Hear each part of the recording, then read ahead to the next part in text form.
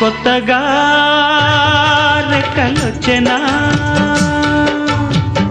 గూటిలోని గువ్వ పిల్లకి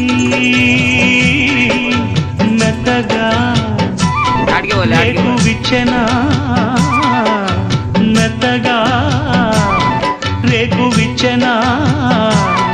కొమ్మ చాటునున్న కన్నె మల్లికి కొమ్మ చాటునున్న కన్నె మల్లికి కొత్తగా